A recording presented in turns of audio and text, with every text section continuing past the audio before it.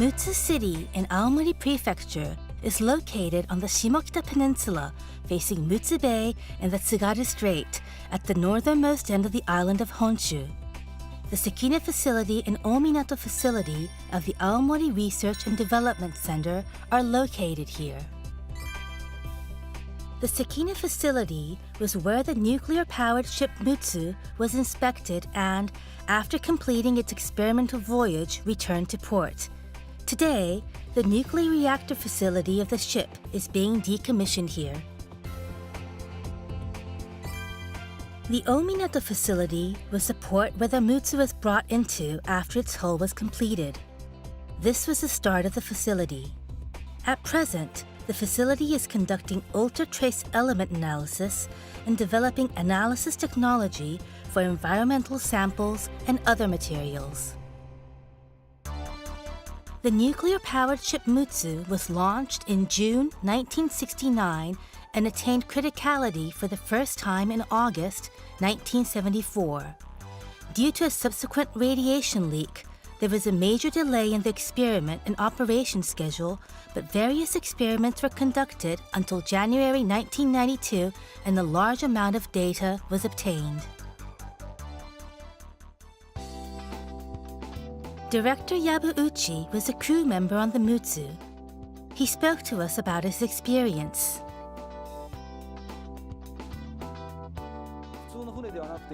This was a nuclear-powered ship, not an ordinary ship, and naturally the only such ship in Japan.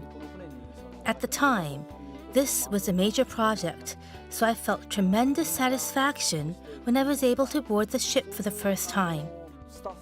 When a ship is operated by forming a crew from the staff of both the private sector and national organizations, very high levels of unity are required.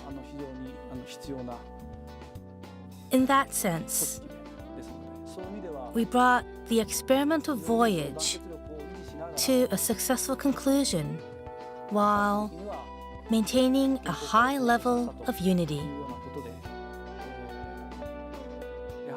Today, I feel my experience as a sailor and the mindset of seamanship has stayed with me for a long time. Mutsu was dismantled at the port of Sekinehama, and part of it is exhibited today in the Sekine facility.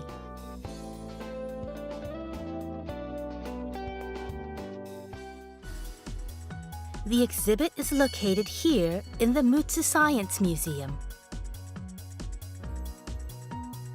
This facility is open to the public, and visitors can enjoy various experiences in 5 different areas. First, preserved in the original condition, is the steering house and control room used in the Mutsu.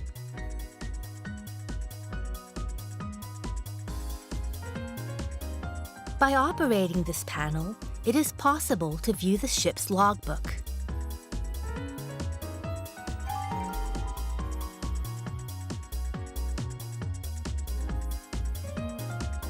The reactor display room features an exhibit of the reactor compartment of the Mutsu. This is the first time in the world a reactor compartment has been made open to the public. Visitors can view the actual reactor installed in the Mutsu. Such an opportunity is not available anywhere else. Furthermore, a nuclear power plant of that time is also maintained here in its original form, so I feel that this is very significant in terms of technical value as well. In this area, called the Amazing World of Nature, children can experience the wonders of nature by directly touching and moving the exhibited items.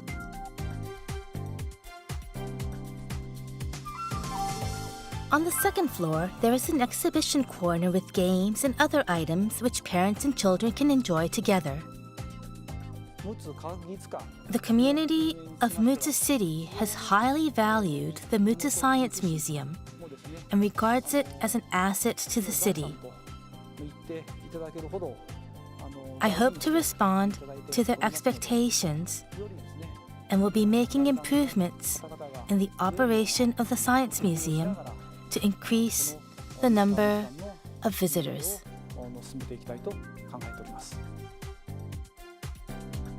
Please check the homepage for information on visiting the Mutsu Science Museum.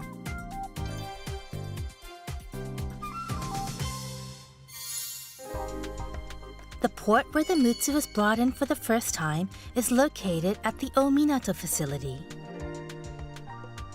Here, analysis technology is being developed using a system called Accelerator Mass Spectrometer, or AMS. What is AMS used for?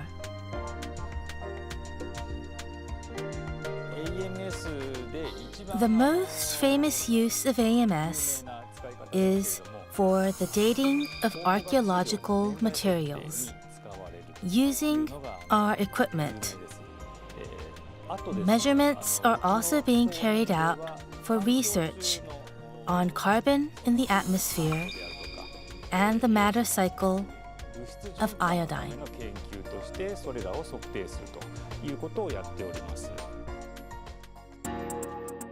An accelerator mass spectrometer is an analyzer combining a tandem accelerator and mass spectrometer. With this equipment, it is possible to investigate carbon and iodine. What can we find out by investigating carbon?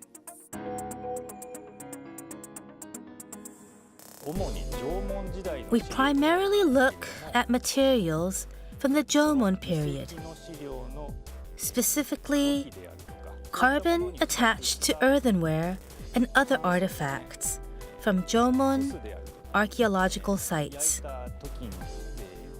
The samples are soot or burnt food stuck to cooking vessels. The carbon-14 portion of that carbon has a half-life of about 5,700 years in terms of radiation, and from analyzing that, it can be inferred how old an item is. In that way, it is possible to estimate the age of actual archaeological sites. The type of carbon that can be investigated at the Ominato facility using AMS is carbon-14.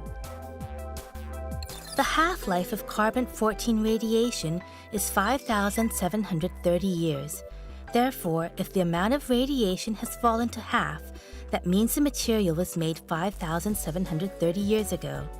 If it has halved again to 1/4 the original level, it means the material was made 11,460 years ago. This corresponds perfectly with the dates of the Jomon era, which flourished from about 15,000 to 2,300 years ago.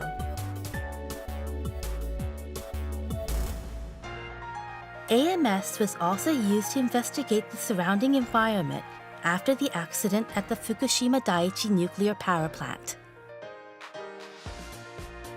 Researchers are investigating the distribution of iodine in the environment following the accident at the Fukushima Daiichi nuclear power plant. With AMS, accurate numeric values can be obtained in a short inspection time from a small sample amount.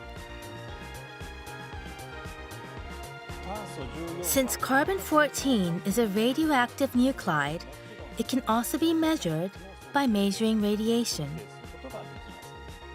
However, if AMS is used instead, especially in the case of our instrument, which can also measure seawater, measurements can be obtained in 1 hour from just 1 liter of seawater sample. When radiation measurement is used, I hear it requires a few hundred liters of seawater. Furthermore, in terms of measurement time, it requires a few days, so this is quite a large job. In addition, AMS can be regarded as an extremely effective measurement method compared to radiation measurement due to its high level of precision. AMS is open to universities and private companies and is used for various types of research. I'd like to see an increase in the number of people using the facilities, not just people who have previously used the equipment, but also people in new fields. Also, I'd like to see more people produce more results from using the facilities.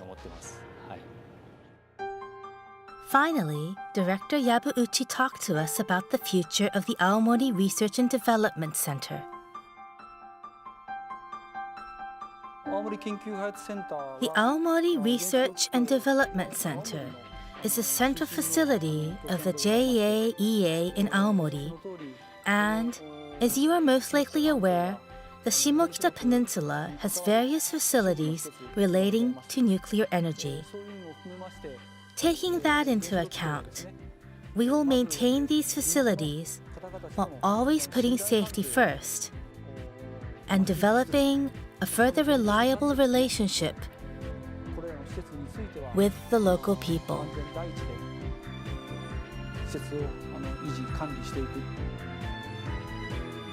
At the Aomori Research and Development Center, ensuring safety is a top priority of all of our staff, and we will work diligently to win the trust of the Japanese people.